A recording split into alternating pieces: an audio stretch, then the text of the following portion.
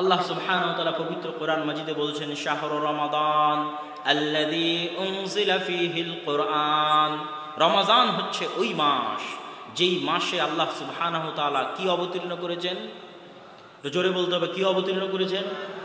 তাহলে রমজানের যত ফজিলত দেখছেন, যত মহত্ব দেখছেন, যত রমজানকে নিয়ে আল্লাহ সুবহানাহু ওয়া তাআলার যত প্রস্তুতি দেখছেন, তার মূল কারণ, আসল রহস্য এটা যে রমজানের সকল ফজিলত, রমজানের সকল মহত্ব, সকল বড়ত্ব, রমজানের সকল দাম, সকল মান একটাই কারণ, সেটা হচ্ছে আল্লাহ সুবহানাহু ওয়া তাআলার বাণী কোরআন কিয়ামত পর্যন্ত অবিকৃত থাকার মুজিজা, রাসূল সাল্লাল্লাহু আলাইহি ওয়াসাল্লামের চিরস্থায়ী মুজিজা, আল্লাহ সুবহানাহু ওয়া তাআলার অস্তিত্বের একমাত্র নিদর্শন, যেটা সরাসরি আল্লাহর সাথে সম্পৃক্ত, আল্লাহর সত্তার সাথে সম্পৃক্ত পৃথিবীতে আছে। আল্লাহর অস্তিত্বের এমন কোনো নিদর্শন যেটা সরাসরি আল্লাহর সত্তার সাথে সম্পৃক্ত পৃথিবীতে আছে, এর চাইতে দামি পৃথিবীতে আর কিছুই নয়। সেটা কি বলেন? একটু জোরে বলতে হবে, সেটা কি? কোরআন। এই কোরআন এই মাসে অবতীর্ণ হয়েছে, এই জন্য এই মাসের এত দাম। এবং এই মাসের মধ্যে একটা রাত আছে, যেই রাত হচ্ছে এই মাসের সর্বশ্রেষ্ঠ রাত। ইন্না আনজালনাহু ফি লাইলাতুল কদর। হে নবী, আপনি কি জানেন মা লাইলাতুল কদর? লাইলাতুল কদর কি? লাইলাতুল কদর সম্পর্কে কি আপনি কি জানেন? লাইলাতুল কদর হচ্ছে খায়রুম মিন আলফি শাহর, 1000 মাস তথা 83 বছরের কাছাকাছি, 83 থেকে 84 বছরের কাছাকাছি 1000 মাস ইবাদত করলে, টানা প্রতি সেকেন্ড ইবাদত করলে, 1000 মাস টোটাল ইবাদত করলে, 1000 মাসে বিরতি দিয়ে দিয়ে 5 ওয়াক্ত সালাত, এটা নয়। 1000 মাসের শুরুতে ইবাদত শুরু করেছে, শেষে ইবাদত শেষ করবে। টোটাল 1000 মাস খালি ইবাদতই করতে থাকবে, তথা টোটাল জন্ম থেকে নিয়ে 83 বছর পর্যন্ত সিজদাতেই পড়ে আছে, আল্লাহর তাকবীর এবং তাসবিহ তাহলিলেই পড়ে আছে, কোনো বিরতি ছাড়া, কোনো বিশ্রাম ছাড়া। এই রকম ইবাদতের চেয়েও উত্তম, সমান নয়, ভুল বুঝিয়েন না। 1000 মাস টানা ইবাদত করলে যা নেকি হবে তার সমান,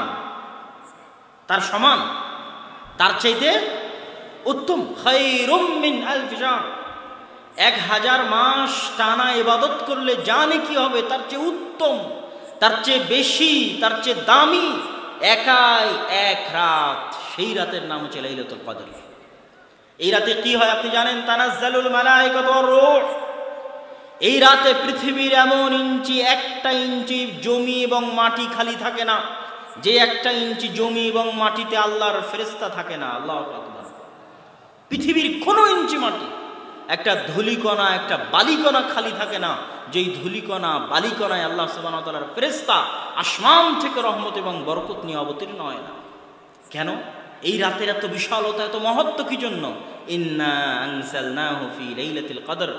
পৃথিবীর মধ্যে আমার অস্তিত্বের একমাত্র নিদর্শন, যেটা আমার অস্তিত্বের সাথে সম্পৃক্ত ডাইরেক্টলি, ওই জিনিস, সেটা হচ্ছে কোরআন। ওটা একমাত্র জিনিসটাই মহান রাতে অবতীর্ণ হয়েছে। এই জন্য এই রাতের এত সম্মান। এই রাতের প্রস্তুতিতে আসমান থেকে সকল ফেরেশতা পৃথিবীতে নেমে আসে। এই রাত 83 বছরের চাইতে বেশি ইবাদত করার চাইতে বেশি উত্তম। সে রাতের নাম হচ্ছে লাইলাতুল কদর। এই লাইলাতুল কদর আছে রমজান মাসের মধ্যে। মান কামা লাইলাতুল কদরি ঈমানান ওয়া ইহতিসাবান গুফিরা লাহু মা তাকাদ্দামা মিন যামবিহি। যে লাইলাতুল কদর ঈমানের সাথে পেয়ে গেল, নেকির আশায় পেয়ে গেল, তার অতীতের সকল গুনাহ ক্ষমা, অতীতের সকল গুনাহ মাফ। আল্লাহু আকবার। আল্লাহ সুবহানাহু ওয়া তাআলা আমাদেরকে লাইলাতুল কদর পাওয়ার তৌফিক দান করুক, আল্লাহুম্মা আমিন। সম্মানিত উপস্থিতি, তাহলে রমজানকে কেন্দ্র করে, রমজান মাসকে লক্ষ্য করে আমরা কি দেখলাম? রমজান মাসের মহত্বে আল্লাহ সুবহানাহু ওয়া তাআলা আসমানের দরজা খুলে দিচ্ছেন, জান্নাতের দরজা খুলে দিচ্ছেন, জাহান্নামের দরজা বন্ধ করে দিচ্ছেন। শয়তানকে শৃঙ্খলাবদ্ধ করছেন। রমজানে সিয়াম রাখলে অতীতের গুনাহ মাফ, তারাবির সালাত আদায় করলে অতীতের গুনাহ মাফ, লাইলাতুল কদর পেলে অতীতের গুনাহ মাফ। রমজান এমন একটি মাস যে মাসে কোরআন অবতীর্ণ হয়েছে, রমজান এমন একটি মাস যে মাসে লাইলাতুল কদর আছে, রমজান এমন একটি মাস যেই মাসে ওই রাত আছে যেই লাইলাতুল কদরে আল্লাহ সুবহানাহু ওয়া তাআলা পবিত্র কোরআন অবতীর্ণ করেছে। এগুলো সব মিলে গোটা রমজান মাস হচ্ছে পরিপূর্ণ ইবাদতের একটা ফুল প্যাকেজ, যার জন্য মানুষের আগে থেকেই প্রস্তুতির প্রয়োজন আছে, আগে থেকেই সেই মাসকে মূল্যায়নের প্রয়োজন আছে। এই মাস হাতছাড়া হয়ে গেলে, এই মাস অতিক্রম হয়ে গেলে যদি মানুষ ইবাদত না দিতেই, তো কোনো মুসলমানের সন্তান বিনা কোরআনে পৃথিবী থেকে বিদায় নিতে পারে না। যেমন আল্লাহ বলেছে, লা তামুতুন্না ইল্লা ওয়া আনতুম মুসলিমুন, তোমরা মৃত্যুবরণ করিও না যতক্ষণ না তোমরা মুসলমান হয়েছো। মুসলিম না হয়ে মৃত্যুবরণ করিও না। সেরকম কোরআন পড়া না জেনে মুসলমান দুনিয়া থেকে বিদায় নিতে পারে না, অসম্ভব। কোরআন অতীব গুরুত্বপূর্ণ, অতীব দামি এক কিতাব, যা আল্লাহ সুবহানাহু ওয়া তাআলা এই জাতি, এই কওমকে দিয়েছেন। রাসূলুল্লাহ সাল্লাল্লাহু আলাইহি ওয়াসাল্লাম বলছেন, ইন্নাল্লাহা ইয়ারফাউ বিহাদাল কিতাবি আকওয়ামান ওয়া ইয়াদউ বিহি আখারিন। দাড়ি পাল্লার যেমন দুইটা পাল্লা থাকে, বাটখারা দুই দিকে যদি সমান সমান দেন তো দাড়ি পাল্লার এই দুইটা পাল্লা সমান সমান দাঁড়িয়ে থাকবে। বাটখারা যদি একদিকে বেশি দেন আর পাথর যদি আর একদিকে কম দেন, এটা নেমে যাবে, এটা উপরে উঠে যাবে। তো এই দুই দিকের, এক দিকের বাটখারায় আছে কোরআন, আর একদিকে আছে মুসলিম উম্মাহ। মুসলিম উম্মাহ কোরআনকে কেমন মূল্যায়ন করে? মুসলিম উম্মাহ কোরআনকে মূল্যায়ন করে এইভাবে, তাহলে মুসলিম উম্মাহ নেমে যাবে এইভাবে। মুসলিম উম্মাহ কোরআনকে মূল্যায়ন করে এইভাবে, তাহলে মুসলিম উম্মাহ উঠে যাবে এইভাবে, সমান সমান। আপনার সমাজে, আপনার দেশে কোরআনের মূল্যায়ন এইরকম, আপনার সমাজ, আপনার দেশের সারা পৃথিবীতে মূল্যায়ন এরকম। 1 ইঞ্চি কম বেশি হবে না, 1 চুল কম বেশি হবে না। আপনার দেশ, আপনার সমাজ, আপনার ব্যক্তিগত জীবনে কোরআনের মূল্যায়ন এরকম, সারা পৃথিবীতে আপনার মূল্যায়ন এরকম। এই কথা রাসূল সাল্লাল্লাহু আলাইহি ওয়াসাল্লাম এই হাদিসে বলছেন যে, ইন্নাল্লাহা ইয়ারফাউ বিহাদাল কিতাব, এই কিতাব দিয়ে এভাবে উঠিয়ে দিবেন আর এই কিতাব দিয়ে এভাবে নামিয়ে দিবেন এই উম্মতের এক দলকে। কোন দলকে উঠিয়ে দিয়েছেন? আবু বকর, ওমর, ওসমান, আলী, তাদেরকে উঠিয়ে দিয়েছেন। কোন কিতাব দিয়ে? এই কোরআন দিয়ে। তাদের জীবনে কোরআনের মূল্যায়ন ছিল। ওমর ইবনুল খাত্তাব রাদিয়াল্লাহু তাআলা আনহু যেদিন ফিলিস্তিন বিজয় করতে যান, পৃথিবীর ইতিহাসের যদি ব্যাপক বিপ্লব সৃষ্টিকারী বড় বড় ঘটনা থাকে, যেমন আপনি বলতে পারেন বাংলাদেশের সবচেয়ে বড় ঘটনা কি, বলতে পারেন 1971-এর যুদ্ধ। বাংলাদেশের সবচেয়ে বড় ঘটনা কি? তাহলে আপনি হয়তো বলতে পারেন যে 47-এর দেশ স্বাধীন। বাংলাদেশের সবচেয়ে বড় ঘটনা কি? বলতে পারেন পলাশীতে সিরাজউদ্দৌলার হেরে যাওয়া। এইরকম পৃথিবীতে যে বড় বড় ঘটনা ঘটতে পারে, সেরকম বড় ঘটনার পৃথিবীর সবচেয়ে বড় ঘটনাগুলোর একটা, মুহাম্মদ সাল্লাল্লাহু আলাইহি ওয়াসাল্লামের পৃথিবীতে আসার পরে যেই ঘটনার দাম সবচেয়ে বেশি, মুহাম্মদ সাল্লাল্লাহু আলাইহি ওয়াসাল্লামের পৃথিবীতে আসা যাবে না, একটা বিশাল ঘটনা। কেন? কিয়ামত হয়ে যাবে, আর কোনো নবী আসবে না, শেষ, কিয়ামত হয়ে গেছে। অনেক দ্রুত সময়ের মধ্যে কিয়ামত হয়ে যাবে, যেহেতু শেষ নবী চলে এসেছে। এটা বিশাল ঘটনা, অনেক বড় একটা ঘটনা মুহাম্মদ সাল্লাল্লাহু আলাইহি ওয়াসাল্লামের পৃথিবীতে আসা। ঠিক মুহাম্মদ সাল্লাল্লাহু আলাইহি ওয়াসাল্লামের পৃথিবীতে আসার পরের আরেকটা সবচেয়ে বড় ঘটনা হচ্ছে বাইতুল মুকাদ্দাস মুসলমানদের হাতে বিজয় হওয়া। ফিলিস্তিন মুসলমানদের হাতে বিজয় হওয়া। কেন? এই যে বিশাল ইউরোপ, বিশাল আমেরিকা, তারা যেই ধর্ম, যেই দিন পালন করতেছে, ওই দিন, ওই ধর্মের কেন্দ্র বাইতুল মুকাদ্দাস। তাদের নবী ঈসা আলাইহিস সালাতু ওয়াস সালামের জন্ম ফিলিস্তিনে। ঈসা আলাইহিস সালাতু ওয়াস সালামের মা মারিয়াম আলাইহা সালাতু ওয়াস সালামের জন্ম ফিলিস্তিনে। ওই মসজিদের তিনি খাদেমা ছিলেন। তাদের ধারণা অনুযায়ী ঈসা আলাইহিস সালাতু ওয়াস সালামের মৃত্যু এখানেই। তাহলে এই বিশাল, এখনো পৃথিবীর সবচেয়ে বড় দিনের অনুসারী যারা, তাদের সবচেয়ে পবিত্র জায়গা। আর একদিকে আছে ইহুদিরা, তাদের সকল নবীর আগমন এই মাটিতেই। তাহলে পৃথিবীর এই দুটো বড় বড় ধর্মের সবচেয়ে পবিত্র স্থান মুসলমানেরা বিজয় করে নিবে বিনা রক্তপাতে। এর চেয়ে বড় ঘটনা তৎকালীন পৃথিবীতে আর কিছু ছিল না, যেটা এখন আপনারা দেখতে পাচ্ছেন যে সারা পৃথিবীর সকল দেশের মানুষের কাছে এই জমিনের মূল্য কতটুকু। এই জন্য কিয়ামতের আগ মুহূর্তে যত যুদ্ধ, যত বিগ্রহ, যত মারামারি, যত ফিতনা, সব এই মাটিকে কেন্দ্র করে হবে এবং এই মাটিতেই হবে। আরদুশ শাম, সিরিয়ার মাটি, ফিলিস্তিনের মাটি, সারা পৃথিবীর সকল বড় বড় কিয়ামতের নিকটবর্তী যুদ্ধগুলো দাজ্জালের আগমন পর্যন্ত এই মাটিকে কেন্দ্র করে হবে। এটা অনেক সারা পৃথিবীর সকল দিন এবং ধর্মের মানুষের কাছে দাবি। এই জন্য সবচেয়ে বড় ঘটনাগুলোর একটা ছিল। তো ওই দিন বড় ঘটনা আরও কেন হলো?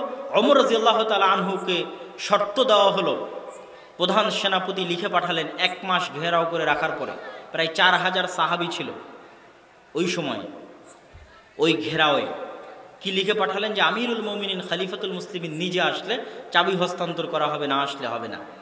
আমিরুল মুমিনিন খলিফাতুল মুসলিমিন মাত্র একজন কর্মচারীকে সাথে নিয়ে রওনা দিয়েছেন মদিনা থেকে, অর্ধবিশ্বের শাসক খলিফাতুল মুসলিমিন আমিরুল মুমিনিন ওমর ইবনুল খাত্তাব, এবং একদম জীর্ণ শীর্ণ পোশাক, যেটা ওনার স্বাভাবিক জীবন, আর একজন খাদেম।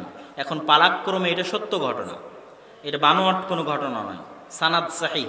পালাক্রমে পৌঁছতে পৌঁছতে পৌঁছতে পৌঁছতে যখন উনি ওল্ড সিটি অফ জেরুজালেম, জেরুজালেমের পুরাতন শহরের, বর্তমান যেটা জেরুজালেমের পুরাতন শহর, ওই দরজা যেখানে সাহাবীরা ঘিরে রেখেছে, সেখানে যখন যান তখন তার ছিল টানার দায়িত্ব।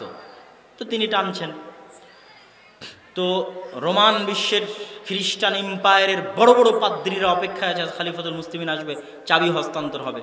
তারা তো মনে করেছে যে উটের পিঠে আছে তিনিই হয়তো খলিফাতুল মুসলিমিন।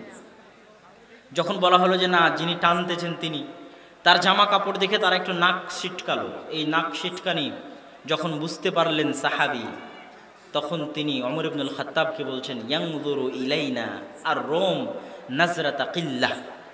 হে আমিরুল মুমিনিন, আপনি আজকে যেই পোশাকে এবং যেই অবস্থায় এখানে এসেছেন, আজ এই রোমান এম্পায়ারের খ্রিস্টানেরা আমাদেরকে নিচু চোখে দেখতেছে, ছোট চোখে, অবজ্ঞা অবহেলার চোখে দেখতেছে। ওমর ইবনুল খাত্তাব বলছেন, লাউ ক্বালা গায়রুক, হে আবু উবাইদা ইবনুল জাররাহ, এই কথা যদি তুমি না বলে অন্য কেউ বলতো, তাহলে আমি এতটা কষ্ট পেতাম না, এতটা দুঃখ পেতাম না। তুমি বললে এই কথা। শোনো, আমরা ইসলাম আসার পূর্বে সবচেয়ে কম দামি, সবচেয়ে নগণ্য, সবচেয়ে অবহেলিত, সবচেয়ে মূর্খ, সবচেয়ে জাহেল কওম ছিলাম। আমাদের সম্মান ছিল পৃথিবীতে এইরকম। ইসলাম আসার আগে আমাদের সম্মান ছিল পৃথিবীতে এরকম। ইসলাম আসলো, আল্লাহর কিতাব আসলো, কোরআন, ওই কিতাবকে আমরা মূল্যায়ন করলাম, বাড়তে বাড়তে বাড়তে বাড়তে কোথায় চলে গেছি? পৃথিবীর শাসক হয়ে গেছি। আমাদের পোশাক দিয়ে, আমাদের যানবাহন দিয়ে, আমাদের গাড়ি বাড়ি দিয়ে আমরা পৃথিবীর শাসক হইনি। আল্লাহর কিতাবের বরকতে, আল্লাহর কিতাবকে মূল্যায়ন করার কারণে, ইসলামের কারণে পৃথিবীর কোথায় নগণ্য মক্কার এক মরুভূমির মধ্যে পড়ে থাকা এক সম্প্রদায় আজ আমরা পৃথিবীর শাসক হয়ে গেছি। যতদিন মুসলিম উম্মাহ কোরআনকে মূল্যায়ন করবে, ততদিন তারা পৃথিবী শাসন করবে। আর যেই দিন কোরআনকে ছেড়ে দিবে, ওই দিন তারা শাসিত হবে, ওই দিন তাদের উপর শাসন চাপিয়ে দেওয়া হবে, জুলুম তাদের উপর চাপিয়ে দেওয়া হবে। আজ আমাদের অবস্থা তাই। সামনে আসতেছে রমজান মাস, কোরআনকে মূল্যায়ন করবেন? কথা বলতে হবে, কোরআনকে মূল্যায়ন করবেন? ওয়াদা করে যেতে হবে যে রমজান মাসে অবশ্যই প্রত্যেক দিন কোরআন পড়তে হবে এবং চেষ্টা করতে হবে যারা কোরআন জানে সম্পূর্ণ কোরআন একবার শেষ করার, আর যারা কোরআন জানে না তারা কোরআন জানার চেষ্টা করবে, পড়ার চেষ্টা করবে। পারবেন? আল্লাহ সুবহানাহু ওয়া তাআলা আপনাদেরকে তৌফিক দান করুক, আল্লাহুম্মা আমিন। সম্মানিত উপস্থিতি, রমজান মাস আসতেছে, কোরআনের মাস আসতেছে। রমজান এবং কোরআন, এই দুইটা বিষয় আমি আপনাদের সামনে অতি সংক্ষিপ্ত বক্তব্য দিলাম। আল্লাহ সুবহানাহু ওয়া তাআলা আমাদেরকে এই বক্তব্যের উপর আমল করার তৌফিক দান করুক। এই রমজান মাস সম্পর্কে রাসূলুল্লাহ সাল্লাল্লাহু আলাইহি ওয়াসাল্লাম বলেন, ইযা দাখালা রমাদান, আন আবি হুরায়রা রাদিয়াল্লাহু তাআলা আনহু আন্নাহু ক্বাল ক্বালা রাসূলুল্লাহ সাল্লাল্লাহু আলাইহি ওয়াসাল্লাম, আবু হুরায়রা রাদিয়াল্লাহু তাআলা আনহু থেকে বর্ণিত, তিনি বলেন রাসূল সাল্লাল্লাহু আলাইহি ওয়াসাল্লাম বলেছেন, ইযা দাখালা রমাদান, যেই দিন রমাদান শুরু হয়ে যায়, রমাদানের সম্মানে ফুতিহাত আবওয়াবুস সামা, আসমানের দরজাগুলো খুলে দেওয়া হয়, ওয়া গুলিকাত আবওয়াবুন নার, জাহান্নামের দরজাগুলো বন্ধ করে দেওয়া হয়, ওয়া সুলসিলাতিশ শায়াতিন, এবং শয়তানকে শৃঙ্খলাবদ্ধ করা হয়। আপনি যদি একটি দোকান উদ্বোধন করতে যান, দেখবেন দোকান উদ্বোধন করাকে নিয়ে আপনি সেটাকে কত সুন্দর করে সাজাচ্ছেন, কত সুন্দর করে সেটার ওপেনিং করছেন। মানুষ কোনো কিছু উদ্বোধন করতে গেলে সেটাকে অনেক সুন্দর করে চাকচমক করে সাজিয়ে একটা জিনিস উদ্বোধন করে, সেটার মূল্য, সেটার গুরুত্ব বুঝাতে চায়, সেটাকে লক্ষ্য করে অফার দেয়। সেটাকে লক্ষ্য করে অনেক কিছু মানুষ করে। আল্লাহ সুবহানাহু ওয়া তাআলার নিকটে রমাজানের গুরুত্ব কতখানি এটা আল্লাহ বুঝাতে চাচ্ছেন, কেননা রমাজান যিনি দিচ্ছেন উনি আল্লাহ। তো উনি যদি গুরুত্ব বুঝাতে চান কি দিয়ে বুঝাবেন? ওনার বড় বড় সৃষ্টি জীব দিয়েই বুঝাবেন। আপনি দোকানের উদ্বোধন বুঝাবেন বেলুন দিয়ে, আপনি দোকানের উদ্বোধন বুঝাবেন ফিতা কেটে, আপনার কাছে আরও অনেক মাধ্যম আছে। তো আল্লাহ সুবহানাহু ওয়া তাআলার কাছে মাধ্যম কি? বিশাল আসমান। আল্লাহ সুবহানাহু ওয়া তাআলার কাছে মাধ্যম কি? বিশাল জাহান্নাম। আল্লাহ সুবহানাহু ওয়া তাআলার কাছে মাধ্যম কি? বিশাল জান্নাত। এগুলো আল্লাহর এক একটা মহিমান্বিত বিশাল বিশাল সৃষ্টি। আল্লাহ দুনিয়ার মানুষকে বুঝাতে চাচ্ছেন রমজান আমার নিকটে কত গুরুত্বপূর্ণ, রমজান আমার নিকটে কত দামি, রমজান আমার নিকটে কত মহান, রমজান আমার নিকটে কত মহৎ, সেটা আমি তোমাদেরকে বুঝাতে চাচ্ছি আমার বিশাল বিশাল সৃষ্টি দিয়ে। এক বিশাল সৃষ্টি আসমান। যেই দিন রমজান আসবে সেই দিন আমি আসমানের সকল দরজা রমজান শেষ হওয়া পর্যন্ত খোলা রাখবো। রমজানের আসমানের দরজা পুরো রমজান কখনো বন্ধ হবে না। আল্লাহর বিশাল সৃষ্টি আসমান, এই বিশাল সৃষ্টির দরজা উন্মুক্ত করে দিয়ে আল্লাহ রমজানকে স্বাগতম জানাচ্ছেন, মানুষকে বুঝাচ্ছেন যে রমজানের গুরুত্ব আমার নিকটে কতখানি, কত দামি, কত বেশি। আল্লাহ সুবহানাহু ওয়া তাআলার আসমান কত বিশাল, আসমানের দরজা কেমন হতে পারে? আমরা যে পৃথিবীতে বসবাস করছি, যাদের মোটামুটি টুকটাক সামান্য জ্ঞান আছে, তারা জানেন যে আমাদের এই পৃথিবীকে বিজ্ঞানীদের আবিষ্কার অনুযায়ী একটা গ্রহ, এই গ্রহের একটা উপগ্রহ হচ্ছে চাঁদ। এই গ্রহের চারিপাশে আরও গ্রহ আছে, মঙ্গল, বুধ, তেমনই একটা বড় গ্রহ হচ্ছে সূর্য। সূর্যকে কেন্দ্র করে যতগুলো গ্রহ ঘুরছে সেটাকে বিজ্ঞানীরা নাম দিয়েছে সৌরজগৎ। যার কেন্দ্রে আছে সূর্য, চারিদিকে বহু গ্রহ ঘুরতেছে, তার মধ্যে একটা পৃথিবী, সেও ঘুরতেছে, এটার নাম সৌরজগৎ। এটাকে তারা বলতেছে একটা গ্যালাক্সি। একটা গ্যালাক্সির মধ্যে শত শত গ্রহ উপগ্রহ থাকতে পারে। তাহলে সূর্য কেন্দ্রিক যে গ্যালাক্সিটা, মিল্কি ওয়ে গ্যালাক্সি, যেটা সূর্যকে কেন্দ্র করে ঘুরে, এই গ্যালাক্সির বাইরে যদি বের হন, এরকম আরও লক্ষ লক্ষ কোটি কোটি গ্যালাক্সি এই মহাশূন্যে আছে। আর ওই লক্ষ লক্ষ কোটি কোটি গ্যালাক্সির মধ্যে এরকম হাজার হাজার শত শত গ্রহ উপগ্রহ আছে। যেমন একটা গ্যালাক্সির মধ্যে আমরা পৃথিবী আছি, বৃহস্পতি আছে, সূর্য আছে, চন্দ্র পৃথিবীর উপগ্রহ হিসেবে আছে, এটা একটা গ্যালাক্সির মধ্যে। এরকম লাখ লাখ কোটি কোটি গ্যালাক্সি আছে। ওই কোটি কোটি গ্যালাক্সির মধ্যে এরকম শত শত গ্রহ উপগ্রহ আছে। এবং আমরা উপরে তাকালে যে বিশাল মহাশূন্য দেখি, এটাকে বলা হয় মহাশূন্য। এই বিশাল মহাশূন্যের কোনো সীমানা, কোনো লিমিটেশন, কোনো আয়তন, কোনো এরিয়া এখন পর্যন্ত এই সর্বোন্নত পৃথিবীর সর্বোন্নত বিজ্ঞানের পক্ষে নির্ধারণ করা সম্ভব হয়নি। বরং বিজ্ঞানীরা কি বলেছে জানেন? বিজ্ঞানীরা এইটা বলেছে যে এই বিশাল একটা পর্দা যদি আমার চোখের সামনে ঝুলিয়ে দেওয়া হয়, এই যে বিশাল পর্দা চোখের সামনে ঝুলিয়ে দেওয়া হলো, চোখের সামনে এই বিশাল পর্দা ঝুলিয়ে দেওয়ার পর আমি কতটুকু দেখতে পাচ্ছি? এই পোস্টারের এতটুকু দেখতে পাবো এবং এতটুকু দেখতে পাবো। কথা কি আমার বুঝতে পারছেন? এই পোস্টারটা যদি এখন এত বড় হয়, এত বড় পোস্টার, আর আমার চোখের সামনে ফেলে দিলাম, তাহলে এই পোস্টারের চারি সাইডে আর কত বড় আছে আমি কি আর দেখতে পাবো? কথা মনে হয় বুঝাতে পারছি না, আমি কি আর দেখতে পাবো? তো আমরা খালি চোখে আকাশে তাকালে বিশাল মহাশূন্যের অল্প ইঞ্চি থেকে ইঞ্চি, সামান্য থেকে সামান্য অংশ, যেমন বিশাল একটা পর্দা চোখের সামনে দিয়ে দিলে ওটা কত বড় সেটা আমরা দেখতে পাই না, অল্প একটা অংশ দেখতে পাই। এই বিশাল মহাশূন্যে তাকালে এটার সামান্য থেকে সামান্য, অল্প থেকে অল্প, ক্ষুদ্র থেকে ক্ষুদ্র অংশ আমরা দেখতে পাই, আর বাকি বিশাল অংশ আমরা দেখতে পাই না। তাহলে কত বড় হতে পারে? যেটা চোখে দেখতে পাচ্ছি এটা যদি এত সামান্য হয়, তাহলে আসলে এটা কত বড়? এটা কিন্তু বিজ্ঞানীরাও জানে না। এবং বিজ্ঞানীদের সবচেয়ে শক্তিশালী যে যন্ত্র, সর্বশেষে আমি আকাশের ব্যাপকতা বুঝাতে গিয়ে একটু এখানে বিরতি নিচ্ছি, নিয়ে আবার আমরা আগের আলোচনায় ফিরে যাব।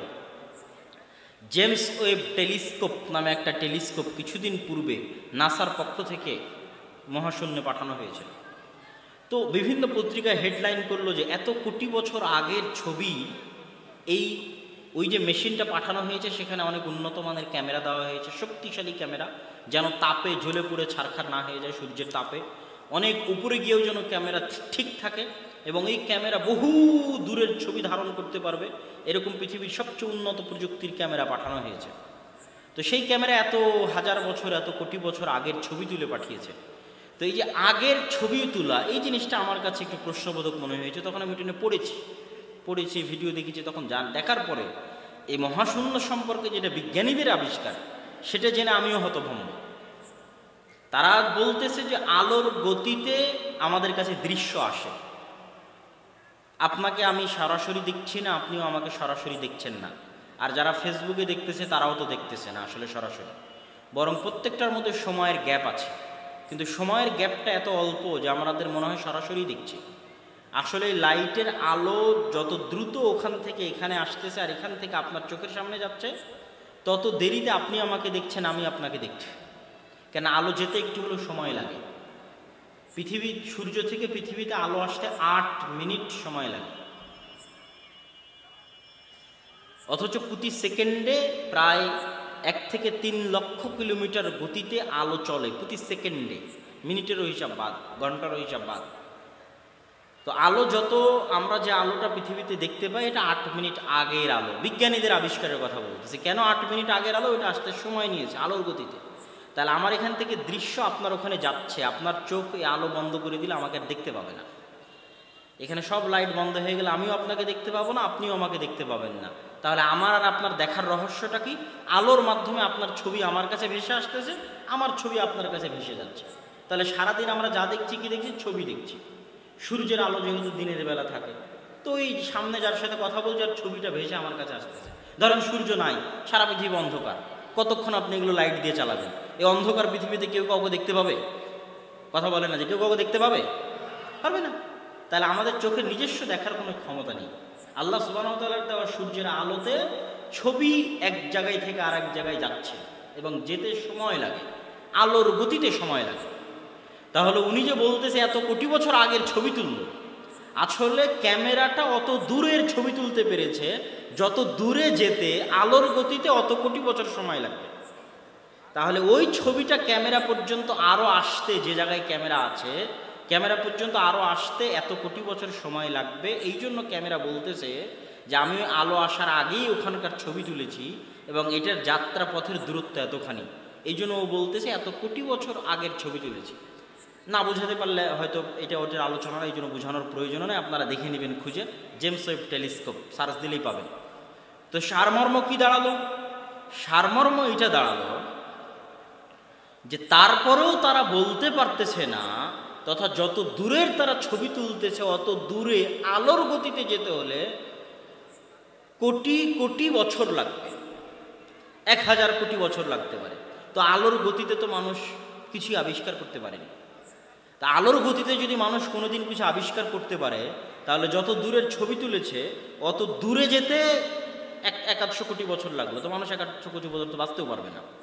তাহলে তো ওটাও যে শেষ সীমানা, তাও বিজ্ঞানীরা বলতে পারতেছে না। তাহলে এই উপরে তাকালে কি দেখা যায় তা বিজ্ঞানীরা নিজেরাও জানে না। তাহলে এই মহাশূন্যের কাছে বিজ্ঞানীদের গবেষণা একদম জিরো, একদম ছোট, একদম নগণ্য। এই মহাশূন্য সম্পর্কে বিজ্ঞানীরা কিছুই জানতে পারে, তারা 100 ভাগের 1% জানতে পারে। এবং এটি আল্লাহ সুবহানাহু ওয়া তাআলার সৃষ্টি রহস্যের সবচেয়ে বড় চ্যালেঞ্জ পৃথিবীর মানুষের কাছে, আল্লাহ সুবহানাহু ওয়া তাআলার এই মহাশূন্য। সম্মানিত উপস্থিতি, তাহলে মেরাজের রাতে অবশ্যই আল্লাহ সুবহানাহু ওয়া তাআলা আলোর গতিকে ভেদ করার যন্ত্র দিয়েই, আলোর গতিকে ভেদ করার কিছু দিয়েই মুহাম্মদ সাল্লাল্লাহু আলাইহি ওয়াসাল্লামকে নিয়ে গেছিলেন। আর কোনোদিন মানুষ আলোর গতিকে ভেদ করতে পারলে আর সময় থাকে না।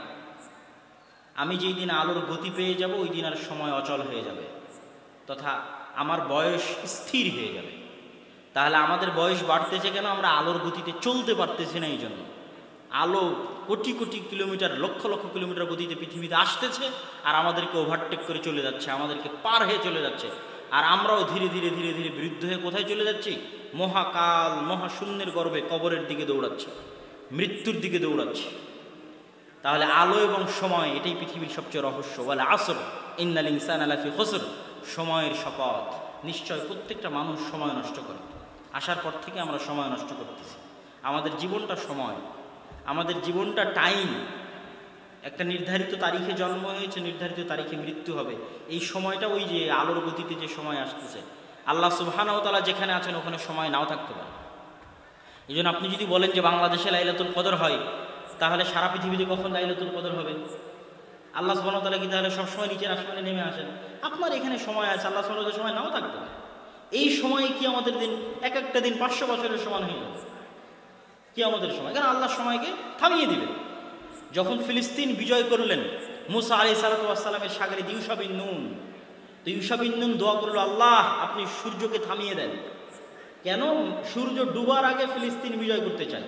আল্লাহ সূর্য থামিয়ে দিলেন, সময় স্থির হয়ে গেল। মানে সূর্যের আলোর গতিতে সময় দৌড়ায়, তো আল্লাহ সূর্যকে থামিয়ে দিলেন, সময় থেমে গেল। বুখারীর হাদিস, ইউশা বিন নুন সময় থামা অবস্থায়, সময় স্থির অবস্থায় ফিলিস্তিন বিজয় করেছে। তাহলে আপনার এখানে যেই সময়, ওই সময় আসমানেও হবে। আর আপনি আল্লাহকে বলবেন, আল্লাহ তাহলে কি সবসময় নিচের আসমানে নামে? আল্লাহ সুবহানাহু ওয়া তাআলা কি সবসময় মেরাজ, এই লাইলাতুল কদর তাহলে কখন কোথায় হয়? এগুলো উদ্ভট প্রশ্ন। আপনার এখানে যেটা হাজার হাজার বছরের সময়, সেটা আল্লাহ সুবহানাহু ওয়া তাআলার ওখানে 1 সেকেন্ডেরও হতে পারে। আল্লাহ সুবহানাহু ওয়া তাআলা ভালো জানেন। আমি মনে হয় কথা বুঝাতে পারছি না আপনাদেরকে। এই জন্যই তো জালেমের বিচার হতে সময় লাগে। কেন? আপনি অস্থির হয়ে যান, আপনার কাছে সময় অনেক শর্ট। এই জন্য এক একটা বছর আপনার কাছে অনেক বড়। 50-60 বছরের জীবন অনেক বড়। আল্লাহ সুবহানাহু ওয়া তাআলার কাছে 1000 বছরও হয়তো কিছু নয়, 2000-5000 বছরও হয়তো কিছু নয়। তো 2000-5000 বছরও যদি একজন জালেম থাকে, তাহলে সূর্যের আলোর গতির কারণে তো আপনি ক্লান্ত হয়ে গেছেন, কেননা ওই সূর্যের আলোর গতির সাথে তো আপনি পারতেছেন না। ফলে আপনার সময় কি শর্ট, লিমিটেড। দ্রুত আপনার জীবন থেকে সময় চলে যাচ্ছে, আপনি দ্রুত মৃত্যুর দিকে চলে যাচ্ছেন। আল্লাহ সুবহানাহু ওয়া তাআলার কাছে সেটা অত বিশাল নাও হতে পারে। সম্মানিত উপস্থিতি, অতএব আল্লাহ সুবহানাহু ওয়া তাআলার উপর আমাদের নিজেদের এই পৃথিবীর সময়কে কিয়াস করা যাবে না। তাহলে এই যে বিশাল আসমান, এই বিশাল আসমানের দরজাগুলো আল্লাহ সুবহানাহু ওয়া তাআলা খুলে দেন কোন মাস আসলে? বলেন তো, কোন মাস আসলে?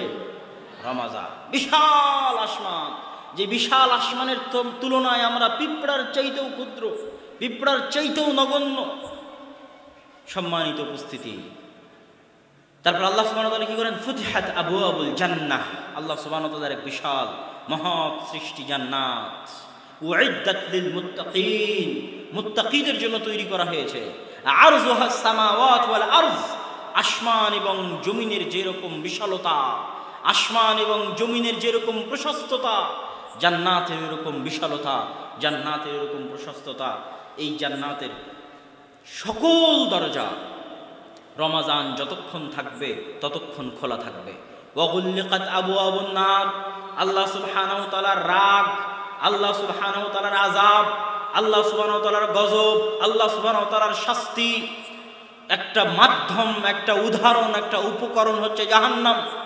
জাহান্নামের ভয়াবহতা, জাহান্নামের ভয়ঙ্করতা বিশাল। এই ভয়াবহ ভয়ঙ্কর সৃষ্টির দরজা আল্লাহ সুবহানাহু ওয়া তাআলা বন্ধ করে দেন কোন মাস শুরু হলে? রমজান মাস শুরু হলে। সম্মানিত উপস্থিতি, রাসূলুল্লাহ সাল্লাল্লাহু আলাইহি ওয়াসাল্লাম বলছেন, আন আবি হুরায়রা রাদিয়াল্লাহু তাআলা আনহু আন্নাহু قال قال رسول الله صلى الله عليه وسلم من صام رمضان ايمانا واحتسابا غفر له ما تقدم من ذنبه ومن قام رمضان ايمانا واحتسابا غفر له ما تقدم من ذنبه ومن قام ليلة القدر ايمانا واحتسابا غفر له ما تقدم من ذنبه। যে ব্যক্তি রমজান মাসের 30 দিনের সিয়াম পালন করলো, তার অতীতের সকল গুনাহ ক্ষমা হয়ে গেল।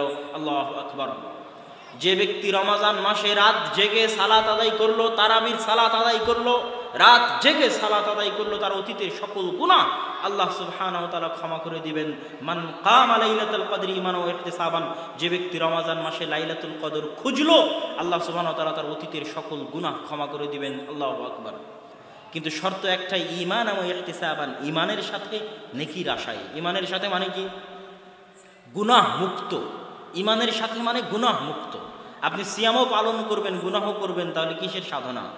সিয়াম মানে গুনাহ থেকে বিরত থাকা, এটাই সাধনা। সিয়াম মানে খাবার থেকে বিরত থাকা, এটাই সাধনা। কিন্তু সিয়ামও করছেন, গুনাহও করছেন, এই সিয়ামের কোনো মূল্য নাই। এই সিয়াম আর হিন্দুদের উপাসনার মধ্যে কোনো পার্থক্য নাই। এই সিয়াম আর আরেকজন মানুষের না খেয়ে থাকা, স্বাস্থ্য কন্ট্রোল করার জন্য, ওর মধ্যে কোনো পার্থক্য নাই। তাহলে সিয়াম কি হবে? গুনাহ থেকে বিরত থাকা। ঈমানের সাথে মানে গুনাহ মুক্ত অবস্থায়। সম্মানিত উপস্থিতি, রমজান মাসের এত সম্মান কি জন্য বলেন তো? এই যে সংক্ষিপ্তভাবে দুটো বড় বড় সম্মান আমরা জেনে ফেললাম, আপনারা আগে থেকেই জানেন, আবারও আল্লাহ রাসূলের হাদিস বললাম। তো এই যে বিশাল সম্মান, এটা কি জন্য বলেন? আল্লাহ সুবহানাহু ওয়া তাআলা পবিত্র কোরআন মাজিদে বলছেন, শাহরু রমাদান আল্লাযী উনজিলা ফীহিল কুরআন। রমজান হচ্ছে ওই মাস যেই মাসে আল্লাহ সুবহানাহু ওয়া তাআলা কি অবতীর্ণ করেছেন? জোরে বলতে হবে, কি অবতীর্ণ করেছেন?